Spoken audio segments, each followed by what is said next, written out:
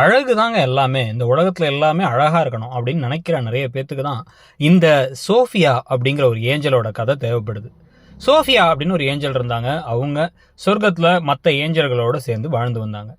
அந்த சோஃபியாவுக்கு எப்பயுமே நம்ம தான் ரொம்ப அழகு, இறைவனின் படைப்பிலேயே சிறந்த படைப்பு நம்ம தான் அப்படின்னு சொல்லிட்டு ஒரு எண்ணம் உண்டு. அதனால எப்பயுமே கொஞ்சம் திமிரா நடந்துப்பாங்க. நான் அழகு தான், நான் ரொம்ப அழகு அப்படின்னு கண்ணாடி முன்னாடியே ரொம்ப நேரம் நிற்பாங்க, தலையை சீவிப்பாங்க, அழகான வெள்ளை ரெக்கைகள், அதுக்கப்புறம் பார்த்தீங்கன்னா சூப்பரான ட்ரெஸ்ஸு அப்படின்னு எல்லாம் மேட்சிங்காக போட்டு அப்படியே எப்பயுமே ஒரு அழகு பதுமையாக சுற்றிட்டு இருந்த ஏஞ்சல் கிட்ட ஒரு நாள் கடவுள் கூப்பிட்டு, சரி எனக்கு ரொம்ப தாகமாக இருக்குது, போய் தண்ணி எடுத்துட்டு வா சோஃபியா அப்படின்னு சொல்கிறாரு. உடனே சோஃபியா தண்ணி எடுத்து வரணுமா? நான் என் அழகுக்கு ரிசப்ஷனிஸ்டாக இருக்கலாம், இல்லை ஒரு நடிகை ஆகலாம், இல்லை அப்படின்னா இங்கே டான்ஸ் ஆடலாம். அதை விட்டுட்டு தண்ணி எடுத்து வர வேலையெல்லாம் என்கிட்ட கேட்குறீங்களே கடவுளே அப்படின்னு சொல்ல, கடவுள் ஒரு முறை மட்டும் முறைச்சிட்டு போய் தண்ணி எடுத்து வா அப்படின்னு அனுப்புகிறாரு. இவங்க ஒரு மாதிரி ஆத்திரத்தோட, நம்மளை போய் தண்ணி எடுக்க அனுப்புறாரு, இந்த கிழவனுக்கு வர வேலையே இல்லை அப்படின்னு கடவுளையே கடிஞ்சுக்கிட்டு போயிட்டு தண்ணியை போய் அழகாக ஒரு சூப்பரான ஒரு இடத்துல இருந்து எடுத்து வராங்க.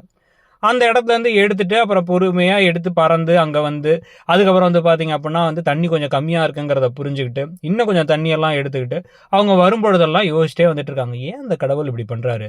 அவருக்கு நம்ம ஒருவேளை நம்ம அழகு மேலே பொறாமையோ, அவருக்கு வயசாயிடுச்சு, வெள்ளை தாடியெல்லாம் வந்துருச்சு, அதனால நம்ம அழகு மேலே பொறாமப்பட்டு இப்படி பண்ணுறாரு போல அப்படின்னு நினச்சிக்கிட்டே பறந்து வந்துக்கிட்டு இருக்காங்க. பறந்து இங்கே வரும்பொழுது பார்த்தா இந்த அது சொர்க்கத்தில் இன்னொரு நிறைய ஏஞ்சல் இருப்பாங்கல்ல, அதில் ஒரு ஏஞ்சலை பார்த்து, இவெல்லாம் பாருங்க எவ்வளோ மொக்கையாக இருக்கா, இந்த ஏஞ்சல் எல்லாம் தண்ணி பிடிக்க அனுப்புறதை விட்டுட்டு அழகியான என்ன போய் அனுப்புறாரு இவர் அப்படின்னு சொல்ல, இந்த விஷயத்த கரெக்டாக காதில் கேட்டுறாரு கடவுள். இதுக்கு முன்னாடி கூட பொறுமையாக இருந்தார். பக்கத்தில் இருக்க இன்னொரு ஏஞ்சலோட சேர்த்து கம்பேர் பண்ணி பேசுன கடுப்பாயி, உனக்கு அவ்வளோ அழகின்னு நினைப்பா, இந்தா நீ எளியா மாறு அப்படின்னு ரெக்கையை உடச்சு பூமிக்கு அனுப்பிவிட்டுறாரு.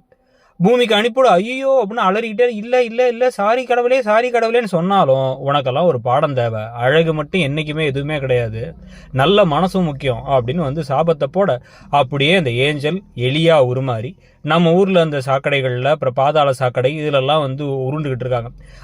அழுக்கான இடங்கள்ல கொஞ்சம் கூட வாசம் கூட இல்லாத இடத்துல, நாரிக்கிட்டு இருக்க இடத்துல அது எலியா மாறி இருக்கிறதுக்கான காரணம் அகம்பாவம், திமிர். நம்ம மட்டும்தான் அழகு அப்படின்னு நினைக்கிறது ஒரு பக்கம், இன்னொன்று மற்றவங்களுடைய உருவத்தை கேலி பண்ணுறது. நீ குண்டா இருக்க, நீ ஒல்லியா இருக்க, நீ கருப்பா இருக்க, நீ வெள்ளையா இருக்க அப்படின்னு கிண்டல் பண்ணுறது எல்லாமே தப்பான ஒரு விஷயம். மற்றவங்க உருவத்தை கிண்டல் பண்ணி இந்த குண்டாங்கிறது, ஒல்லி குச்சிங்கிறதெல்லாம் அவாய்ட் பண்ணணுங்கிறது சோஃபியா மூலமாக நமக்கு கிடைக்கிற பாடம்.